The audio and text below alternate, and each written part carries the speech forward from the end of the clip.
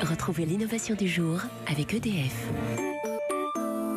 Bonjour Anissé Mbida. Bonjour Pierre. Et très bonne année à vous. En Meilleur ce premier de l'an, merci d'être avec nous.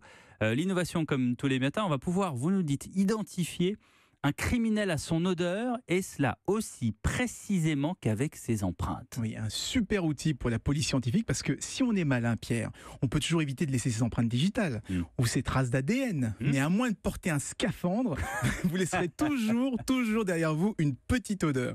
Eh bien, des scientifiques de l'université Paul Sabatier de Toulouse ont créé une éponge magique qui piège les odeurs corporelles pour ensuite les analyser et dire, par exemple, c'est un homme né en 74 qui adore la bière, qui a peut-être eu un accident pendant le réveillon parce qu'il prend de l'ibuprofène en ce moment.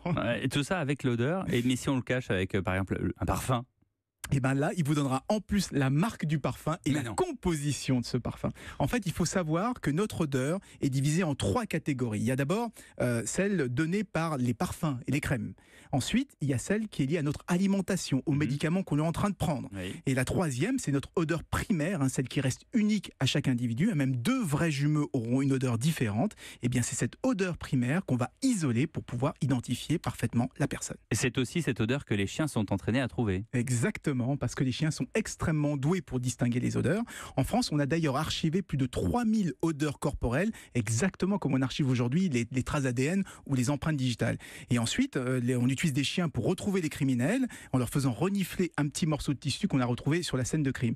C'est la même technique qui a été utilisée pendant très longtemps, pendant la guerre froide notamment, pour traquer des dissidents politiques. On gardait leur odeur corporelle et on envoyait des chiens pour les retrouver. Mais le problème, c'est que c'est difficile de demander à un chien de comparer une odeur avec des milliers d'échantillons, alors qu'avec un ordinateur, c'est extrêmement simple, c'est très rapide.